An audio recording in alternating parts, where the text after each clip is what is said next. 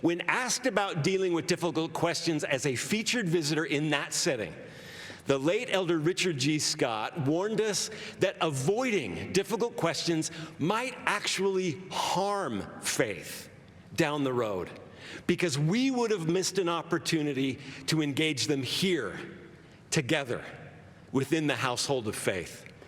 I have never forgotten that apostolic warning. In my many years of teaching, I have seen students and faculty meet that challenge in memorable ways. Last year, when a colleague and I team taught a course on Latter-day Saint political engagement, we joked the first day that we'd rather casually combine the two topics one should never discuss in polite company. Our students marveled throughout the course that we refused to maneuver around tough questions. Each class period featured some fresh, daunting challenge, from violence to race to immigration to gender and sexual orientation. And we marveled back as our students navigated these issues with rigor and faith, and especially that they chose to do it together, as difficult as it was for saints from such varied backgrounds and perspectives. I wept as I read their course evaluations. To a person, they left the course more committed to the things that matter most, not less. You might think of yourself as seeking God here, but in truth, He has been seeking you.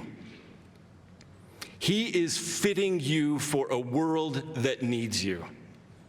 There are always problems afoot that will demand our very best and then some, from poverty to racism, to ecological collapse, to rampant inequality, to sexual violence, to poor health care, to religious freedom, to deficient education.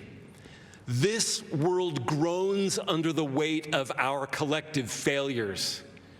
This world yearns for a people with a broad and compelling vision, infused with the hope and compassion that the gospel of Jesus Christ inspires in each of us. In short, this world needs you. Our numbers will always be minuscule, but where there is great need, Latter-day Saints must be there. We'll be motivated by something beyond self-interest, I hope. We'll stay a little longer, I hope. We'll do the things that no one else wants to do. I trust that we'll be out of the spotlight, helping the forgotten ones. Do you want to make a difference in your communities? You're at the right university. Do you want to change the world? You're in the right church. You'll learn from both our successes and our failures. But make no mistake, your time here will be a wide-ranging education if you'll let it be. This intellectual and spiritual work can be difficult. It can be exhausting. I know some of you are tired. You're not sure you can keep at it. You go ahead and find some stillness today. Gather your strength today. Rest up today, because tomorrow we ride for Zion. And it's not quite Zion if you're not there. Remember, you don't ride alone. Step back and consider the thousands around you. Consider the thousands who preceded you. Consider the unnumbered hosts yet to come. You don't ride alone. This path takes courage and vision, yes. It takes faith. And faith will always be counterintuitive in this world. So is love. Why believe or hope or care when the data seems so often stubbornly trailing in other directions? Faith, hope, and charity are audacious in such a world as this.